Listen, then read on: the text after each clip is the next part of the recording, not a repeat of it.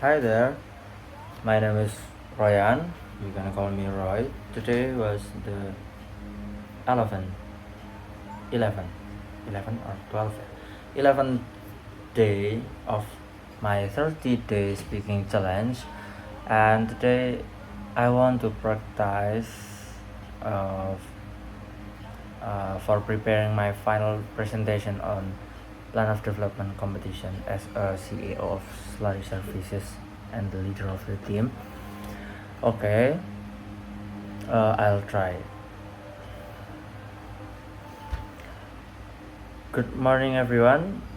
Uh, First of all, let me introduce myself and our team. So we are Slurry Services.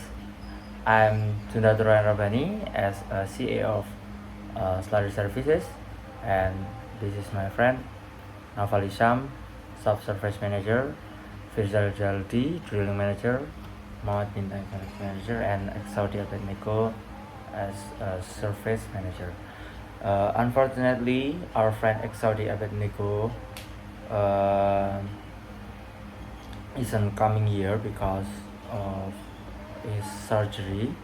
And now let's talk about our project here. Okay, our presentation outlook was there is geology review and finding, reservoir evaluation, reserve and production forecast, drilling and completion, surface facilities, field development scenario, SACR and ASR, project schedule, organization and local content, and economical analysis, and also conclusion. First, let's talk about geology review and finding. Background of our project is as a global energy sector is currently critical crossroad balancing rising demand and security, and now we Slurry Services want to alignment with Indonesia's commitment to achieve net zero emission through the exploration of oil and gas. This is the field overview of Pratama Field. Pratama Field is located in Central Sumatran Basin. The target is Pekasap Reservoir, massive quartz sandstone in a tight dominitic deltaic depositional environment. Structurally, hydrocarbon accumulation in this area is controlled by fault and anticlines resulting from the middle Miocene to recent compression phase. There are three phases of compression. First is rifting. It was terjadi. What is terjadi? On Eocene and Oligocene period, and the second one is tectonic quisequence, late Oligocene and early Miocene, and the third one is compressional late Miocene until now. Okay, let's talk about regional stratigraphy and petroleum system of Pratama Field. As the Central Sumatra Basin was Paleogene Reef, Pematang Group.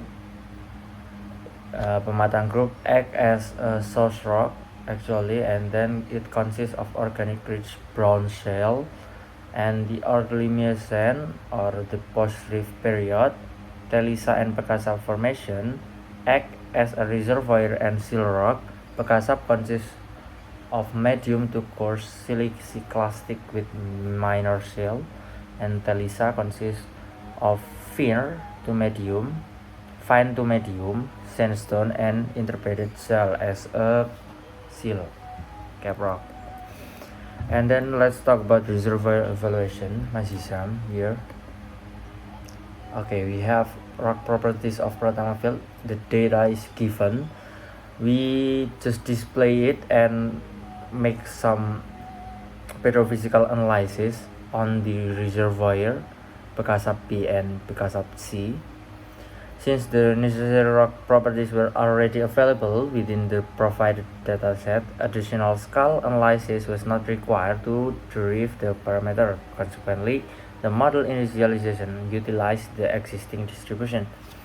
We can see that the oil distribution was on the center of the Pratama field, and in this table there is some parameters like porosity, permeability, perm H and perm V, net to gross and saturation water result from our petrophysical analysis. And then this is the PVT, initial condition, RP, capillary pressure. Let's talk about reserve and production forecast.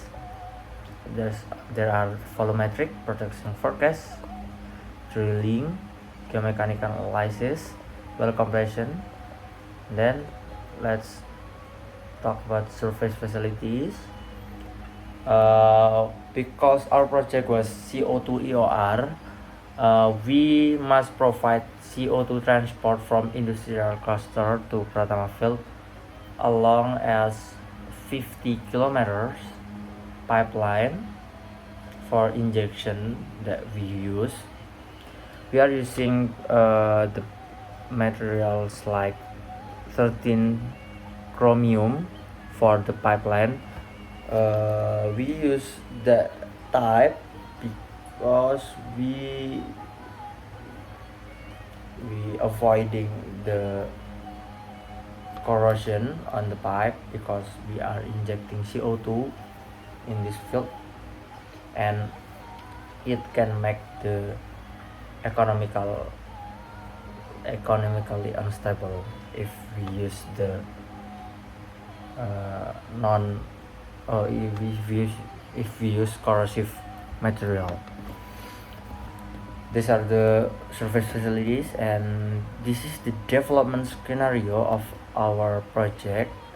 From several scenario, actually there are 13 scenario.